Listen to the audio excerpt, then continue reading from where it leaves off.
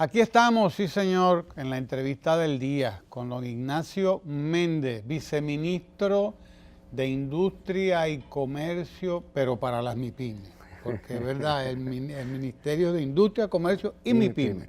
Ignacio es para las MIPYMES. Y tiene 6 años dedicado a las MIPYMES en este país, sí señor. 6 años de gobierno. De gobierno, porque antes de eso hubo mucho más también. Así que hablemos de MIPYMES, porque además Ignacio está o tiene que estar sumamente satisfecho de comenzar el año con una buena noticia, que es esta de la eliminación del anticipo o de la porque es un cambio lo que se va a hacer en la forma en que se trabaja el impuesto. No va a ser un anticipo, la gente seguirá pagándolo, pero no anticipadamente. Pero de hecho se va a eliminar el anticipo. Hablemos de eso. Sí. Comencemos por ahí porque esa es la mejor noticia que tienen las MIPYMES, yo creo, para comenzar el año. Es una de las noticias buenas que viene este año, porque yo realmente creo que este va a ser un año de muchas buenas noticias. Muchas buenas noticias. Mira, una buena noticia antes de que empecemos es la presencia aquí del Café Santo Domingo. Ah, claro. Para que no se nos vaya, ¿verdad? Porque el Café Santo Domingo además, Kenia es puntual. Ella no manca, los pereyos saben buscar bien a su gente. Gracias Kenia y gracias a Café Santo Domingo por estar aquí todos los días en Ojalá también. Así que arranquemos, Ignacio, hablando de el anticipo. ¿Cuál va a ser la suerte del anticipo ahora? Sí, mira, eso es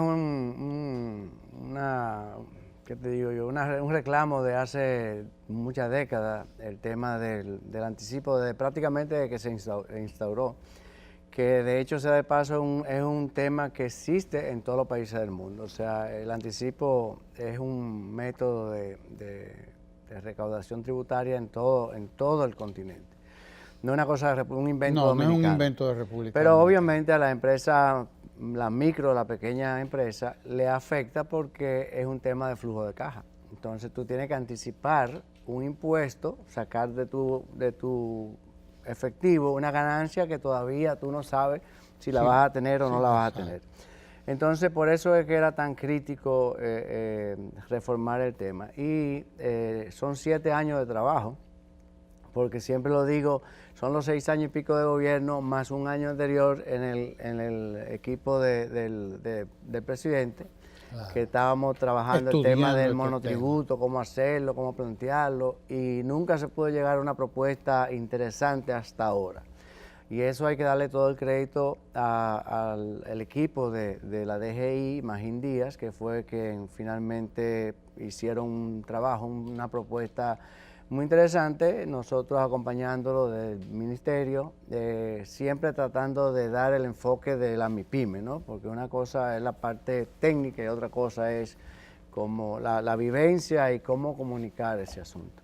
Entonces, lo que va a pasar es que todas aquellas empresas, microempresas, digamos microempresas de 1 a 10 empleados y de menos de 8 millones de pesos de ventas al año, no van a tener que pagar anticipo, no van a tener que hacer los reportes de 606 y 607 del ITEVIS y no van a tener que pagar el impuesto a los activos siempre y cuando sean activos del negocio. Usted sabe que los dominicanos somos muy vivos, entonces pretendemos la casa de la playa y la de la montaña, pegársela al negocito para que no pague impuestos. Eso no va a ser posible.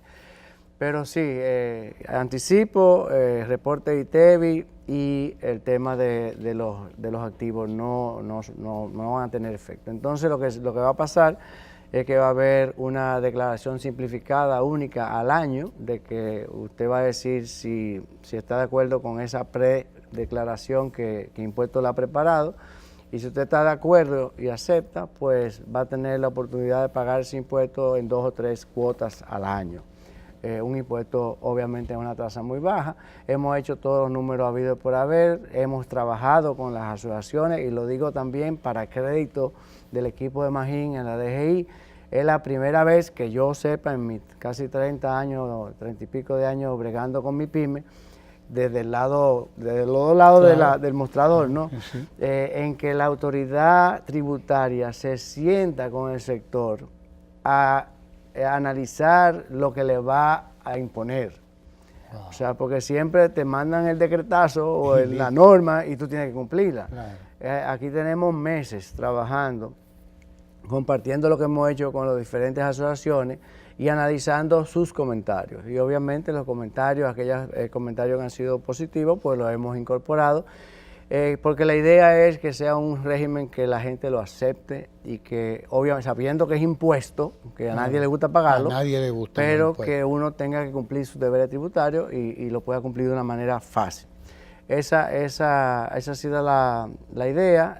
Básicamente, como te dije, es para la microempresa, pero van a haber unos sectores de la pequeña empresa también, según las compras y las ventas, que hasta 40.7 millones de pesos de ventas, creo que es el número, al año, se van a poder también beneficiar del impuesto único, que es como se llama. Entonces, otra vez, ¿cómo es que se va ahora a poner en práctica esta nueva modalidad de tributación? Lo que sigue y lo que debe venir es el decreto, que se está trabajando. Que lo va a explicar todo. Exactamente, se está trabajando los puntos finales. Eso va a comenzar el 1 de enero, este año calendario, porque es sobre las ganancias de este año. Y se va a declarar, obviamente, la primera declaración el año que viene. O sea que este año lo que va a suceder, se va a publicar el decreto y las personas incluso van a tener la facilidad desde el momento de la constitución de la compañía, para aquellos nuevos formalizados, van a poder declarar si quieren pertenecer al único o no, y van a saber la respuesta en 1 semana, 2 semanas. Inmediatamente van a saber en qué régimen están. Ahora lo que pasaba con el sistema, el PST, el régimen simplificado que hay actualmente, es que tenían que esperar como 9 meses para que les respondieran. Wow. Entonces, obviamente, esa era una de las cosas por la cual no funcionó. Porque yo no puedo formar una empresa y esperar 9 meses para saber qué impuesto yo voy a pagar.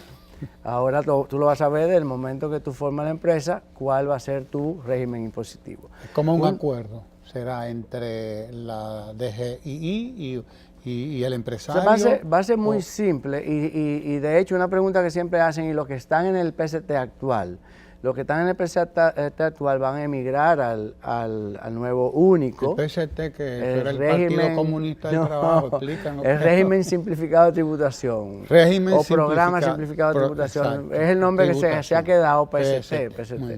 Entonces, van a poder emigrar, salvo que no lo quieran. Entonces van a tener que mandar una comunicación a la DGI diciendo que yo no quiero pasar al nuevo, déjame en el régimen ordinario.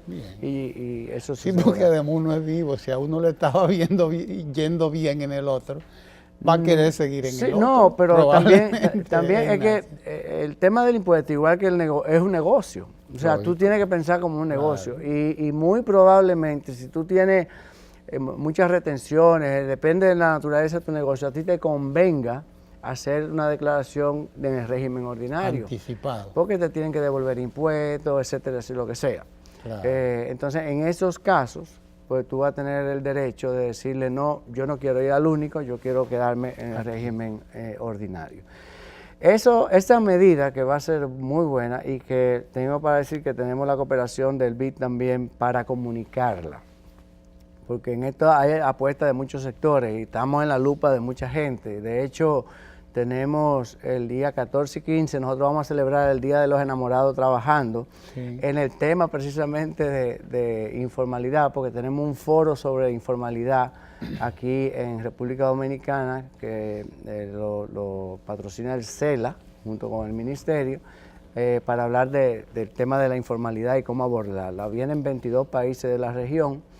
Y creo que es un momento muy apropiado para hacerlo, porque nosotros como dominicanos tenemos una propuesta de cómo estamos enfrentando la informalidad, ya que es este tema de un nuevo régimen impositivo. Esto debe complementarse con el otro escollo, porque hay dos, según las encuestas, son dos los grandes escollos que hay para tú formalizarte, que uno es el tema tributario, básicamente de desconocimiento, Y el otro tema es el tema de la seguridad social, el costo de la seguridad social. Recuérdate que con la ley de emprendimiento tenemos la ventaja de que el nuevo formalizado puede incorporarse al régimen de seguridad social y pagar en los 3 primeros años solo la parte del seguro médico y de riesgos laborales, que es la mitad más o menos del costo de la seguridad social.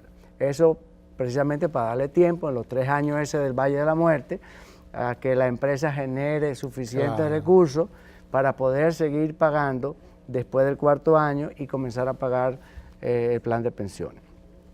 Esa entrada tenemos el reglamento listo, tenemos la aprobación del sector empresarial ya, pero falta la aprobación del sector sindical que estamos esperando que se produzca en cualquier día.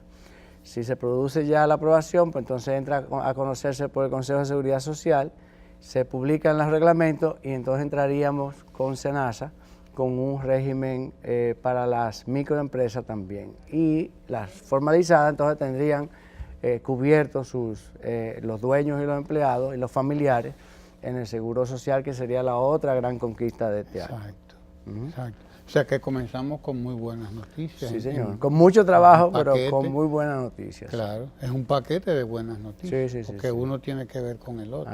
Para que la gente entienda un poco el impacto que tiene esta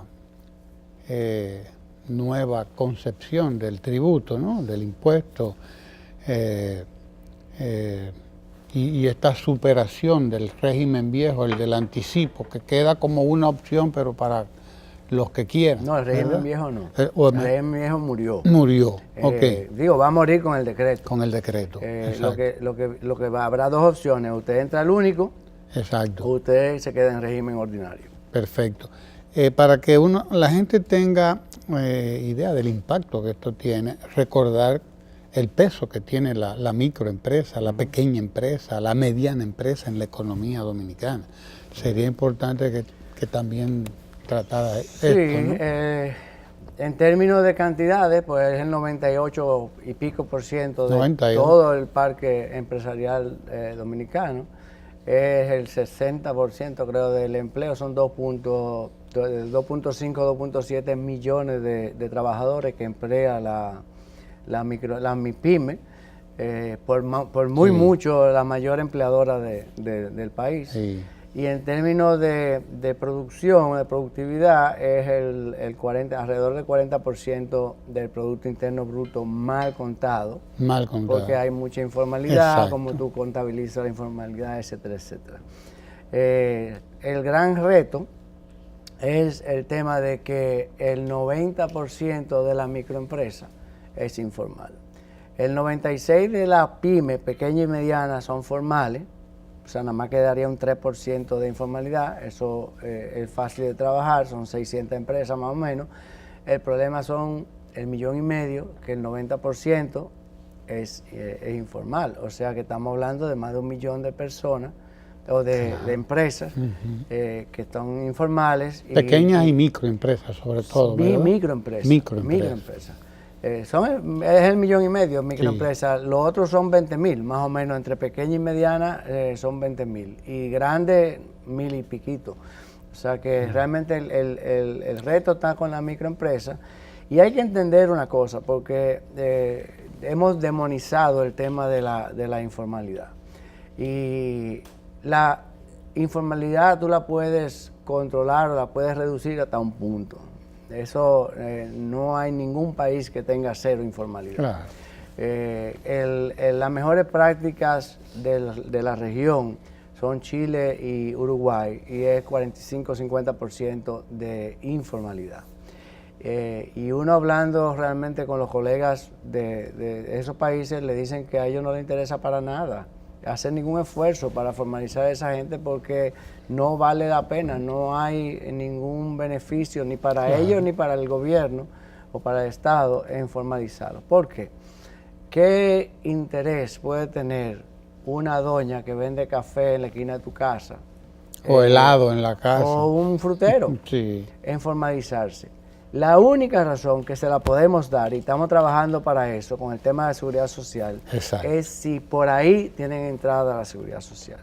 Si nosotros logramos eso, y logramos, primero, lograr la entrada y segundo, hacer un sistema que sea fácil y ágil y que le permita mantener la constancia del pago, pues nosotros seríamos uno de los grandes gananciosos de la región. Porque esa sería la única razón por la cual... Y el único beneficio para ellos sí, también, porque probablemente. Fuera de eso realmente no tendría digo, salvo que no sea estar visualmente localizable, sí, para nosotros saber dónde está ese frutero o esa doña, para nosotros poder asignarle un centro MIPYME y darle servicio si lo requiere, porque sí, ¿quién le quita a un paletero de ser el mejor paletero del vecindario? Sí. O sea, si él quiere trabajarse como empresario, microempresario que es, él tiene que tener derecho a los servicios que brinda el Estado, ¿no? Que de hecho nosotros lo brindamos, sea formal o sea informal. Lo que pasa es que la formalidad tiene ventajas. Tiene ventaja para el que quiere venderle al gobierno, tiene ventaja para el que quiere venderle a una empresa más grande, tiene ventaja para el que quiere tener su cuenta clara, que no quiere tener la duda de que si viene un inspector y que si viene me manda una inspección y quiere vivir con toda su cuenta clara, pues este es el momento de tomar esa decisión. Y tiene la ventaja de que, según Eugenio María de Hostos, tiene la satisfacción de que contribuye a la sociedad. Sí. No solamente con el negocio y con la cosa, sino que también de su ganancia aporta. Sí, porque tenemos que ponernos en esa actitud, y yo creo que es un buen propósito de Año Nuevo, de tener una actitud propositiva, porque es que el negativismo dominicano es una cosa seria. Siempre estamos pensando en lo negativo y hablando de lo negativo. Y siempre estamos diciendo que ¿para qué le van a dar cuarto al gobierno si se lo roban todo, que no sé qué cosa? Y siempre lo mismo, sea el partido que sea, sea el gobierno que sea. Ahora el tema es, ¿tú estás cumpliendo con lo tuyo? ¿Tú estás haciendo la fila? Claro. ¿Tú estás pagando tus impuestos? ¿Tú estás dejando de tirar basura en la calle? Entonces yo creo que tenemos que comenzar por ahí. Claro. Es cierto que muchas veces tú quieres hacer la cosa y no te la dejan hacer porque te lo ponen demasiado difícil. Y yo creo que en ese caso el nuevo régimen tiene un sistema ágil, expedito, fácil, sencillo, que vamos a tratar de comunicarlo también lo más claro posible, y la gente no va a tener esa excusa. Y como impuesto interno y como gobierno también, recuérdate que tenemos un programa de simplificación de trámite, que tanto el MAP a lo interno de las instituciones y para la ciudadanía, y nosotros como ministerio, para todo lo que sea de tipo empresarial, pues estamos trabajando en reducir los procesos burocráticos de los temas que tienen que ver con las empresas. Muchas noticias buenas, Ignacio, para este año. Los retos que nos van quedando y las noticias buenas que tú no has dicho todavía, porque debe haber alguna. Y sobre todo la evaluación de qué pasó en el 18 con los centros MIPYMES, que llegamos a un determinado número, se cumplió la meta. ¿Cómo siguen evolucionando los centros MIPYMES? Porque esa es una gran contribución también para la micro, la pequeña y para la mediana empresa, indudablemente. Mira, el año pasado nosotros cerramos con 15 centros abiertos trabajando. 15 centros en 3 años, yo creo que es un buen récord. De hecho, nos convertimos en el país de la región SICA que más centros de atención a la MIPYME tiene. Ahora vamos a estar abriendo la próxima semana 5 centros más, o sea, vamos a estar con 20 centros. Creo que tengo el mapa aquí, a propósito. Exactamente. Ahí sí, están, por favor. El mapa en verdecito están los centros que están actualmente abiertos, y en azulito están los centros que vamos a aperturar ahora en las próximas semanas. Esos van a ser 20 centros trabajando, y después ya en febrero queremos ver si lo tenemos antes del 27 de febrero, 5 centros adicionales. Ahí hay unos centros que van a ser especializados, tanto el centro del CIRD, que va a ser un centro MIPYME para exportación, los 3 de TICS de tecnología, que va a ser con el ITLA, y ya tenemos el de innovación abierto en Ocamaima. Esos son especializados. O sea, es la primera vez que abrimos, o sea, en toda la región SICA, que se abren centros especializados. Los demás son centros generalistas. Y no es que no van a trabajar igual, o sea, los centros generalistas pueden contactar, usar la experiencia, el expertise, como le llaman, de los centros especializados, por ejemplo en innovación, refiriéndole casos, complementando casos con ellos. Pero tenemos que tener, sobre todo con el tema de exportación, tenemos que tener un centro especializado en el tema de exportación con la metodología de atención de la MIPYME, porque no es que, por ejemplo, el CIRD no sepa atender, no sepa el tema de exportación, porque ellos son los expertos, pero la atención a un micro y a un pequeño empresario no puede ser igual que a un mediano o un gran empresario. O sea, hay que hacer las cosas de forma diferente, hay que digerir un poco más, tú tienes que inducir al micro y al pequeño empresario a ser exportador, es cambiar una cultura interna, de gerencial, y una visión también del negocio, porque es pensar en un mercado muchísimo más grande, es pensar en un sistema de calidad diferente, con más exigencia que el dominicano. Hacen falta quizás muchos sellos de calidad, sobre todo si es pensando en Europa, hay que tener el sello de calidad de orgánico muchas veces, de fair play, de trato justo y una serie de cosas que normalmente para nuestro país nosotros no la buscamos. Y lo que estamos pensando ahora en este año, que es un año para nosotros de encadenamiento productivo, que eso es uno de los enfoques que vamos a tener, es cómo nosotros encadenamos todos esos pequeños productores con procesadores medianos y grandes procesadores para que puedan convertirse todos en exportadores indirectos. Porque yo creo que esa es la gran posibilidad que hay, porque no es verdad que vamos a poner una microempresa, una pequeñita empresa a exportar directamente. Claro. Muchas veces el consumo de tiempo en temas de la burocracia, de la burocracia propia del proceso. Todo eso es inversión. Le consumen tiempo que es uno o dos personas que están en la empresa, y no es cierto que van a dejar de producir para hacer factura o para caerle atrás a un comprador, ¿no? O para buscar un comprador. Entonces eso se logra, la exportación, encadenándolo con productores y poniéndolo a exportar. De hecho, hemos encontrado, porque estamos ahora con la Unión Europea trabajando la cadena de fruta procesada, estamos apoyando la cadena de mango, la cadena de aguacate y la cadena de piña, y hemos visto la posibilidad grande que hay de encadenar, porque en los sectores muchas veces producen y no tienen idea dónde hay una planta clasificadora, dónde hay una planta procesadora. Hay muchas veces que se pierde fruta por cualquier cosa, pudiéndose procesar como pulpa.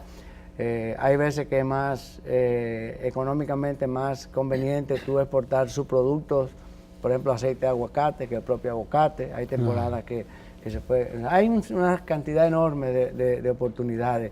Encadenar el sector de las cosméticas, que es otra de las cadenas que estamos apoyando con la Unión Europea, con el sector de la fruta, porque en base a aceite de aguacate se usa mucho en la cosmética, en base a cacao se usa mucho en la cosmética, en base a coco se usa mucho en la cosmética.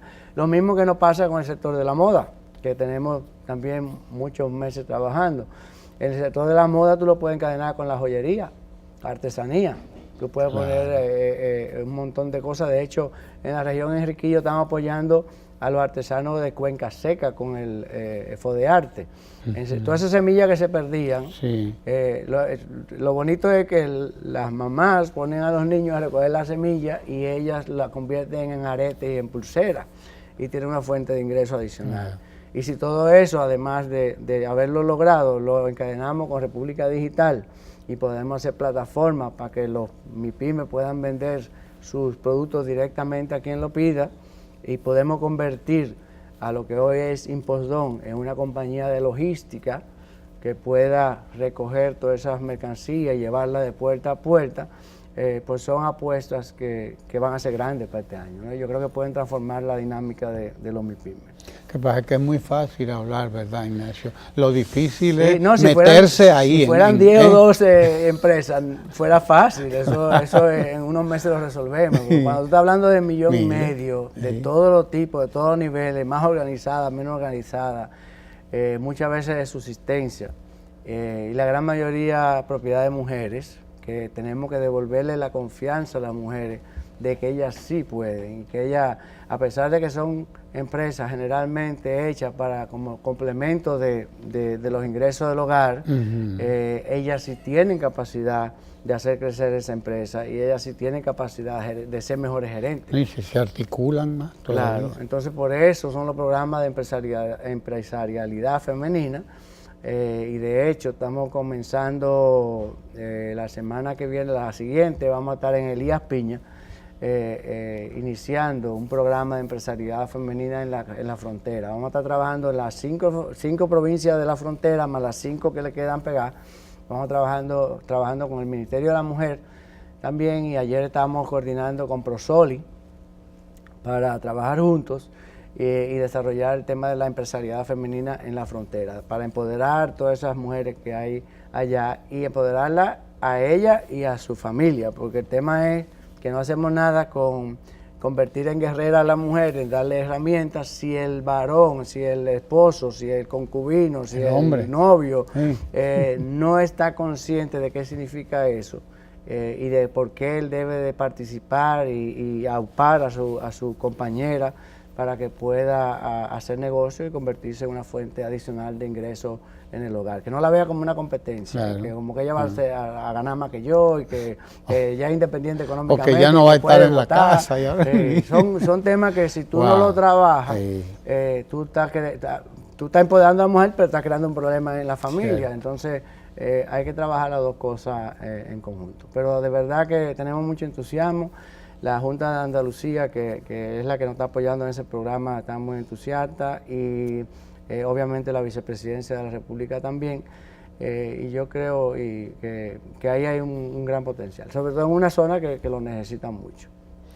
Antes de irnos del tema de los centros MIPYME, a la gente hay que estar repitiendo las cosas, y yo soy partidario de que sí, de que les repitamos. ¿Por qué le conviene a un micro, a un pequeño empresario ir a un centro MIPYME? ¿Por qué lo ideal es que él vaya o ella y se informe, y etcétera? ¿Por qué le conviene ese centro MIPYME?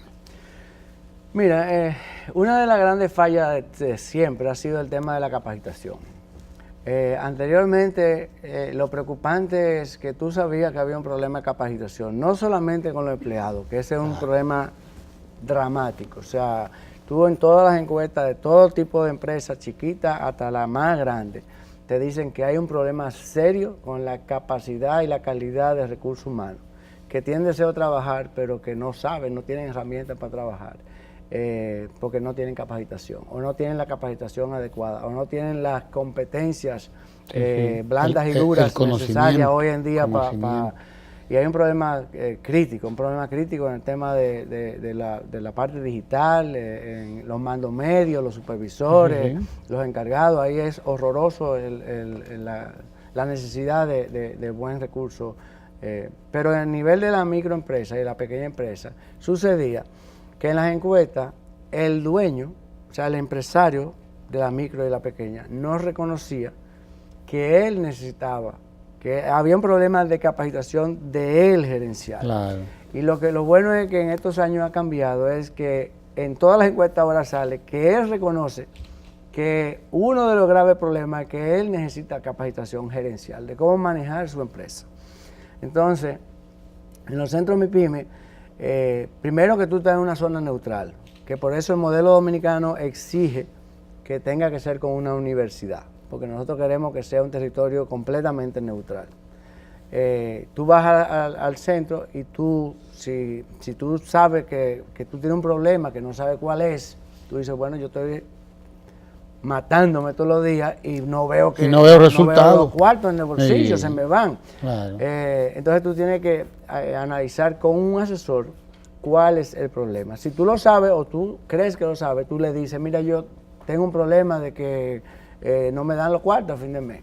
Entonces ahí van a analizar cuál es el problema. Si es un problema de costos, si es un problema de precio de venta, si es un problema de mercado, si es un problema que tú estás cogiendo los cuartos del negocio y lo estás metiendo en la familia. Exacto. Y después que identifican ese problema, entonces lo trabajan. Obviamente, si tú no tienes información contable que tienes que tener, porque tienes que hacer declaración de impuestos, tienes que presentarse al banco para que te fíe, entonces te acompañan en ese proceso. Incluso, por ejemplo, hay un caso interesante con los artesanos que le quieren vender a la tienda de artesanía de los aeropuertos, por ejemplo. Son zona franca. Hay un proceso, hay un papeleo adicional que para un artesano, que lo que es un artista y está pensando en creatividad, no está pensando en hacer una factura, ni después caerle atrás para cobrarla. Usted hace su acuerdo de venta y va al centro. En el centro le ayudan a hacer su factura como la tiene que hacer. Y le ayudan incluso después a darle seguimiento o cómo darle seguimiento para cobrarla. Quizá usted tiene que ir 5, 6, 7, 2 meses, 3 meses, qué sé yo, y después usted sabe solo, pero ese acompañamiento inicial es necesario, porque está comprobado que mientras más chiquito tú eres, si te dan una capacitación y te abandonan, eso es un dinero perdido, porque tú no absorbes esa capacitación y vuelves a lo mismo al cabo de un tiempo corto. Entonces, lo bonito del centro es que siempre está ahí. Claro, o sea, tú puedes ir en cualquier momento y tú puedes volver cuantas veces lo necesites. Se hace un plan, obviamente, con el asesor de intervención, tendrá un tiempo X, la primera intervención, y vamos a decir que te gradúas. Pero cualquier cosa que surja, tú siempre puedes volver al centro como un patrón de ayuda o de, ¿verdad? O de refrescar los conocimientos, lo que sea. De amigo ahí. Que eso es necesario. Y sobre todo para el ministerio, que no está en toda parte. Entonces, ya tenemos, creo que son 15 provincias, 13 o 15 provincias donde estamos. La idea es seguir ampliando la red, como te dije, y hasta ahora serán 24 este año, que vamos a pasar en 4 lo que prometido por el presidente en el programa de gobierno, y esperamos que ya el que toque después del 20, pues entonces le dé seguimiento a la red y podamos tener un centro, por lo menos, aunque sea una antena, en cada provincia del país. Yo te escucho a ti y escuchaba a Rosa Rita Álvarez y en estos días que estuvo aquí. Si nos juntamos con Yocasta, explotamos. Exacto, yo escucho a Yocasta y escucho a Mayra en Banca Solidaria. Y veo todo este conglomerado de instituciones trabajando en un sentido, en el sentido de la creación de oportunidades, en el sentido del surgimiento de las nuevas empresas, de su formalización, del impulso que se le está dando a todo esto. Y entonces yo digo, ¿cómo es posible que usted saque un titular de primera página en un periódico que diga, en el país no hay oportunidades? Este país no se está haciendo nada para el empresario, para el emprendedor, como lo acabo de ver. Digo, pero ¿cómo es posible? Usted podrá decir que hay que hacer más. Usted podrá decir que hay que seguir haciendo. Usted podrá decir que hay que darle continuidad. Usted podrá incluso decir, necesitamos 1.000 millones, 2.000 o 3.000 millones más para esto. Pero cuando viene a ver usted, ¿para qué va a hacer? ¿Para qué va a hacer con los 1.000 millones más? Sí, ¿verdad? Sí. Pero no decir que no hay oportunidades, que no se está haciendo. Yo no lo entiendo. ¿A qué uno puede, verdad? A tus colegas. Mis colegas. Porque eso pasa. O sea, a mí me pasó. Yo vi el periódico y yo dejé todos los otros y cogí ese para ver qué es lo que estaba diciendo, pero dije, ¿qué es esta? Exacto. Entonces, y cuando tú vas y lees la noticia, tú dices, pero ven acá, el tema es el mismo de siempre, o sea que el problema, y realmente hay un problema con el tema del emprendimiento. Y además, fue una rueda de prensa de Luis Sánchez Noble, que es una persona del sector, que está trabajando por el sector y que está trabajando en actividades que nosotros apoyamos, o sea, que es promocionando el emprendimiento y la innovación. Pero estos compañeros nuestros. No, claro, pero para que tú veas, es un tema que sí es cierto y estamos trabajando en ello y él está trabajando en eso también. Es un tema de financiamiento, que es un tema de que ciertamente hay poco financiamiento para el emprendimiento porque hay que cambiar la cultura. Por eso tenemos las leyes que tenemos en el Congreso, por eso tenemos los fondos que tenemos que estamos esperando el Ministerio de Hacienda para ponerlo a funcionar. ¿Por qué? Porque el sistema nuestro bancario te presta para el pasado, o sea, tú tienes que haber construido algo, tú tienes que tener un estado financiero, tú tienes que demostrarle que tú tienes una venta, tú tienes que tener una proyección de ventas sobre la base de un pasado. Es pasado. El emprendedor trabaja con el futuro. Yo no soy nadie. yo quiero ser un empresario. Tengo mi idea, Entonces, tengo yo tengo mi una proyecto. idea y yo tengo una visión de lo que puede ser este futuro. Y en muchos casos eso se convierte en un negocio enorme. Sí. Pero mientras eso se desarrolla, tú no tienes nada, tú estás vendiendo una ilusión. Y el banco aquí, los bancos aquí no le prestan al iluso, le prestan al empresario con experiencia. Que ya está hecho, lo ves, seguro. Entonces tenemos que cambiar eso. Eso hay un caso que nosotros usamos mucho en las charlas que damos, y es un caso de un costarricense que creó una aplicación famosa de un monito que brinque, que come una fruta. Eso lo usaba todo el mundo hace unos años en el teléfono. Ese muchacho, cuando creó la aplicación, fue a la banca en Costa Rica a venderle su idea de negocio. Pero la idea era, imagínate. Un tiguerito con una idea de un jueguito en un celular. Exacto, una aplicación. Y estaba pidiendo $100,000. ¿Dónde diablo, con qué ley un banco en Costa Rica le iba a prestar a ese emprendedor? Bueno, pues el tipo no consiguió dinero, pero se fue para Miami. Y en Miami se lo prestaron. Okay. Y el tigre hoy en día es millonario. ¿Por qué? Porque lo colocó en la plataforma de iPhone y por cada bajada son 99 centavos de dólar. Sí. El tipo se hizo millonario en pocos meses. Pero en Estados Unidos hay todo el andamiaje legal para que le permita a la banca hacer eso. Aquí no. No es que la banca no quiera prestarle al emprendedor. Claro. Es que nosotros no tenemos los instrumentos legales para que lo haga. Entonces, por eso tenemos la ley de garantía recíproca, por eso tenemos la ley de garantía mobiliaria, por eso tenemos el Fondo Nacional de Garantía. Entonces, el trabajo está hecho. Lo que yo les dije el otro día, el sábado pasado, en el programa de mi amigo David Toribio, es que lo que yo me quejo es que el sector, los gremios, no han ido a defender eso al Congreso Nacional. Entonces, el único que está yendo soy yo. Wow. A defender eso, a darle seguimiento a ese asunto. Yo, cuando digo yo, es mi equipo, ¿no? Sí, claro, claro. Pero que si el Congreso no siente que es una necesidad del emprendedor dominicano, del empresario grande y chiquito, que necesita esa ley para poder comprar una máquina nueva, como usted compra un carro, ir a que le vendan su máquina, coger su máquina y dejar la máquina en garantía. Nosotros no vamos a tener una ley rápida porque ellos van a sentir que es un invento de industria y comercio. Es más fácil comprar un carro que una máquina. Sí, pero con esta ley va a ser igualito de fácil. O sea, usted puede ir a cualquier y comprar su máquina. Tú tienes un salón y tú quieres un préstamo, pon los blowers en garantía. Si el banco te va a poner en garantía lo que él quiera, considere que pueda, tomar en garantía lo que considere que pueda tomar. Si tú eres cantante y tienes una canción y tú lo que haces canciones buenas, pues la canción, esa propiedad intelectual es una fuente de garantía para el banco. Claro. Pero ahora no lo pueden hacer, no es que no quieran, es que no lo pueden hacer. Lo mismo que un título de propiedad. O una persona adulta mayor como nosotros, que los bancos ya no nos prestan después de 65 años. Porque no tenemos garantía, generalmente no hay garantía. La proyección de vida antes, claro. Por eso no es verdad ahora la proyección de vida es mayor, pero bueno. El tema es que generalmente, ¿qué es lo que tienen las personas mayores? Tienen una pieza, 2 apartamentos, una casita que la tienen alquilada y viven de ese alquiler.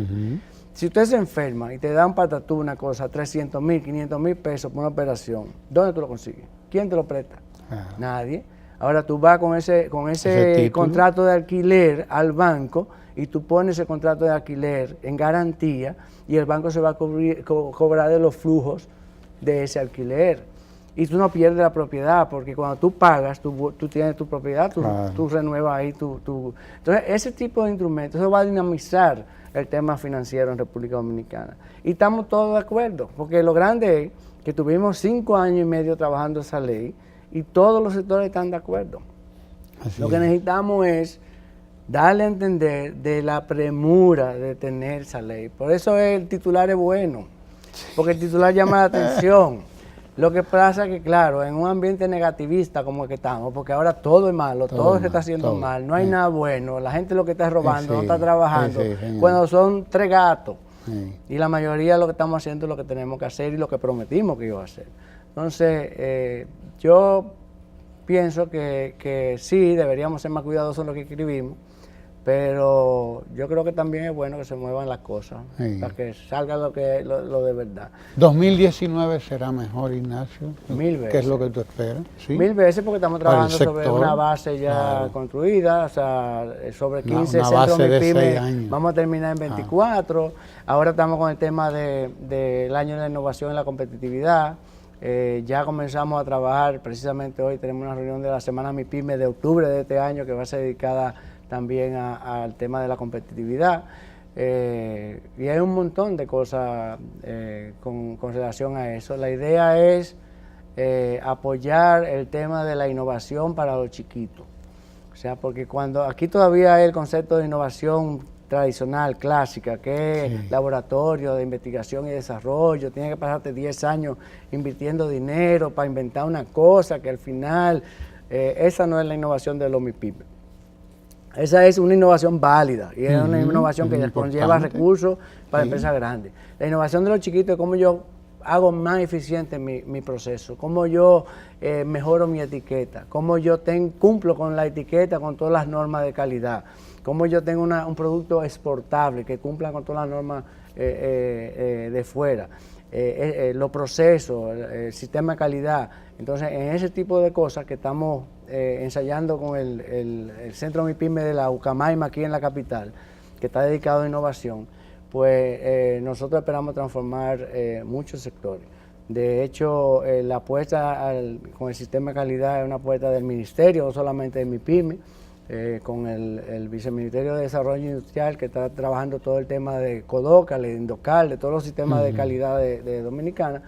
Yo creo que es el momento para, en este año de innovación y de competitividad, para transformar el tema ese del gap en la productividad de las MIPYME. La diferencia de productividad de una micro y una pequeña empresa, de la chiquita con la grande, es enormemente diferente a lo que es la diferencia en Estados Unidos o en Europa. Y nosotros tenemos que achicar esa diferencia. Esa brecha.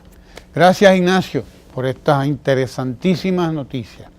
Gracias por, bueno, todo esto, ¿no? Y porque uno se siente bien cuando ve a una persona, un empresario además, que se moja, que se tira al agua, que no está criticando y diciendo y esto y aquello y lo otro, sino que está en el fragor. Y, y además un servidor público, además un servidor público que está ahí al pie del cañón, caminando el país entero, promoviendo las MIPYMES desde ese ministerio, viceministerio de las MIPYMES del Ministerio de Industria y Comercio. Gracias, Ignacio, por todo esto, esta información valiosísima, nos queda mucha, pero bueno, qué bueno que siempre quede, porque así siempre podrás regresar. Ojalá. Usted quédese ahí, que tenemos mucho que compartir con usted. No se mueva.